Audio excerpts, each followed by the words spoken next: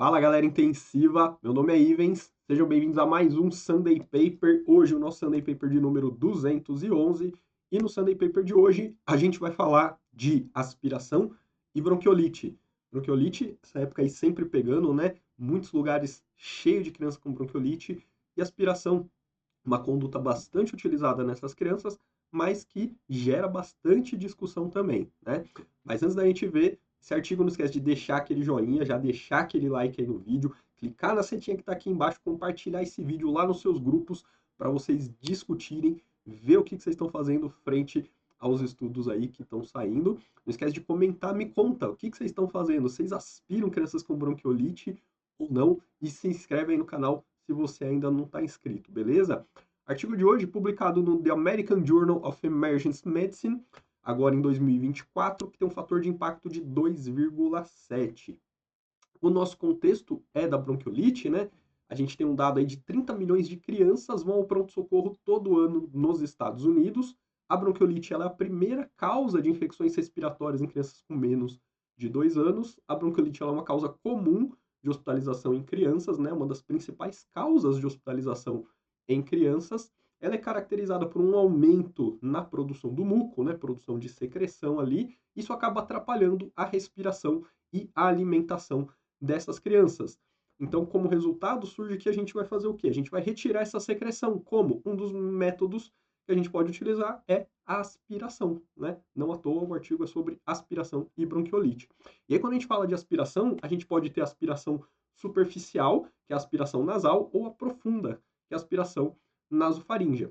E aí a gente tem um problema que é a grande variação na prática, tanto de qual método é empregado e após escolher o método, como é feito. Então tem uma grande variação tanto de qual método escolher e como realizar cada um dos métodos, beleza? Então, o objetivo desse trabalho aqui foi procurar qualquer diferença entre os tipos de aspiração, seja superficial, profunda ou a combinação de ambas, e desconforto respiratório antes e depois da aspiração em bebês com bronquiolite de 2 a 23 meses em um pronto-socorro pediátrico.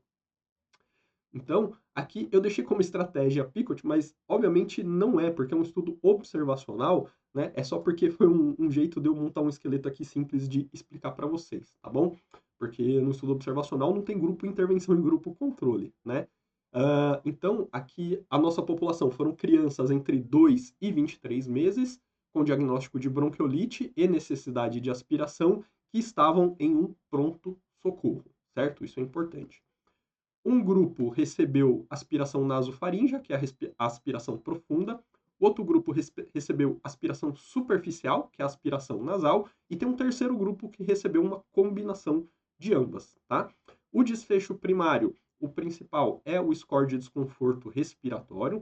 Então, tinha mudança no score de desconforto respiratório após aspiração, e dependendo do tipo de aspiração. Desfechos secundários, suporte respiratório, né? Então, necessidade de algum suporte respiratório, tempo de internação no pronto-socorro e se ele recebeu alta ou ele ficou internado no hospital, né? Porque é preciso ter clareza de que pessoas, crianças, adultos que estão no pronto-socorro não estão internados no hospital. Eles passam a estar internados quando eles saem do pronto-socorro para alguma unidade do hospital, né? E o time point ficou como próprio pronto-socorro, né? O tempo que ele ficou no pronto-socorro, ou 6 dias após a alta, porque tinha um pequeno follow-up aí desses pacientes. Então, o desenho do estudo foi um estudo observacional, isso já é importante para a gente entender que ele não vai concluir, ele não vai definir se a aspiração profunda é melhor que a aspiração superficial. Por quê? Porque o desenho do estudo não permite. Para a gente definir se uma era melhor que a outra, a gente precisaria de um estudo randomizado, controlado, né, randomizando de maneira aleatória para os grupos, para aspiração profunda e aspiração superficial. E aqui não, é um estudo observacional, certo?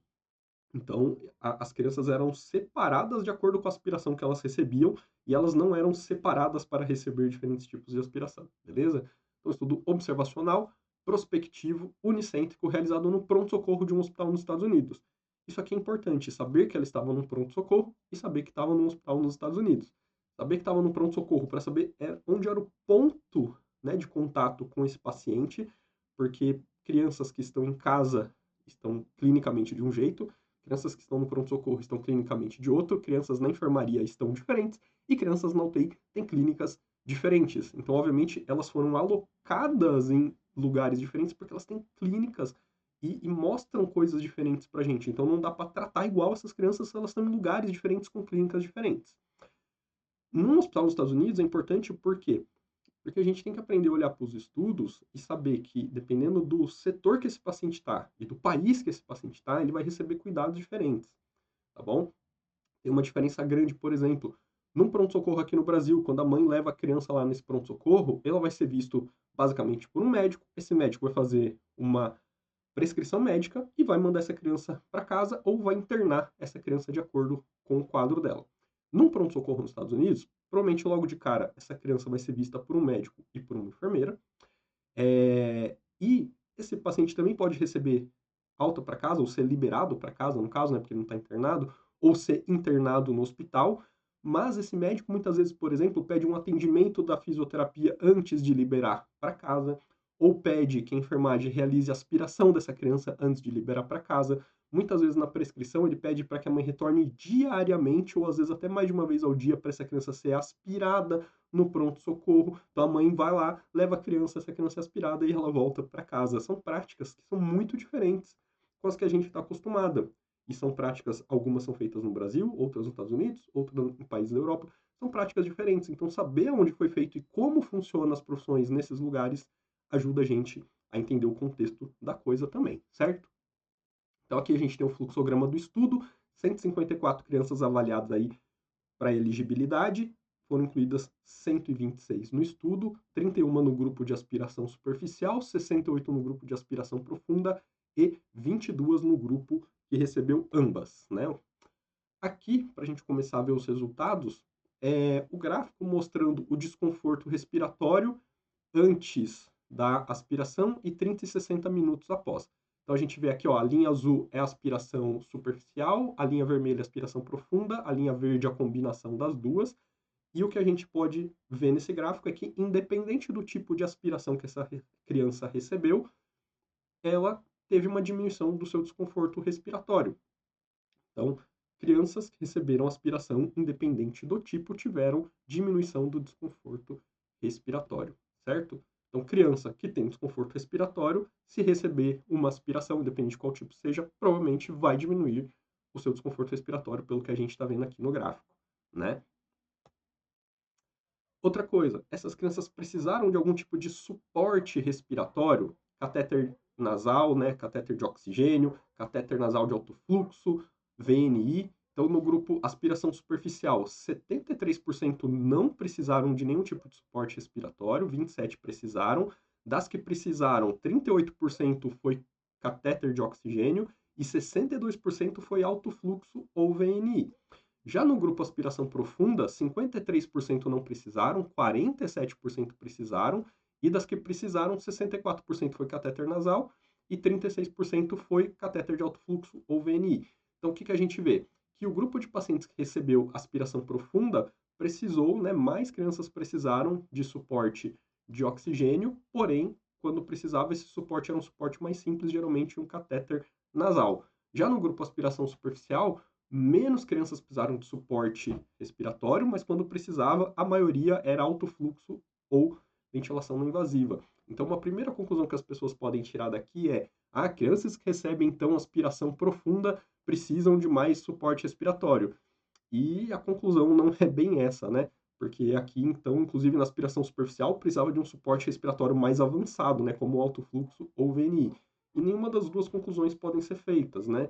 O que os autores discutem, inclusive, é que, na verdade, o tipo de aspiração escolhida refletia o que o profissional estava vendo. Então, para crianças que eles consideravam mais graves, eles costumavam usar mais aspiração profunda, porque eles achavam que aquela criança estava com mais desconforto, mais secreção, e precisava ser uma aspiração profunda para poder dar conta disso, tá?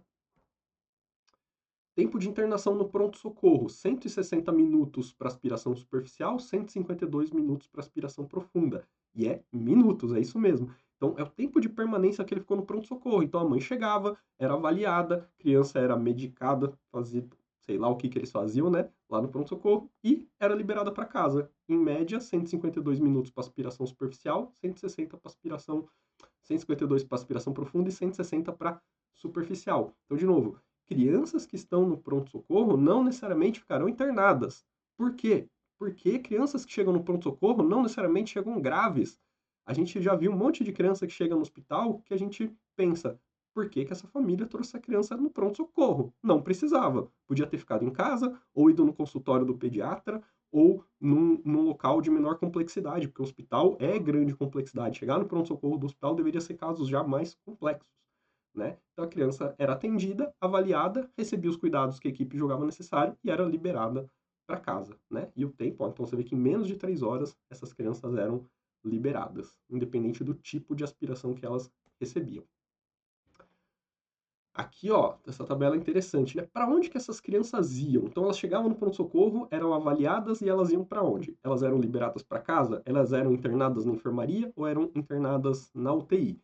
No grupo aspiração superficial, 68% ia para casa, 22% ia para enfermaria e 10% ia para UTI, enquanto no grupo aspiração profunda, 43% ia para casa, 56% ia para enfermaria e 1% ia para UTI. Então a gente vê aqui que mais crianças iam para dentro do hospital, né? Seja enfermaria ou seja UTI, no grupo de aspiração profunda. E, de novo, não dá para fazer essa relação direta. Ah, as crianças eram internadas porque recebiam aspiração profunda. Não. Os autores, de novo, ressaltam.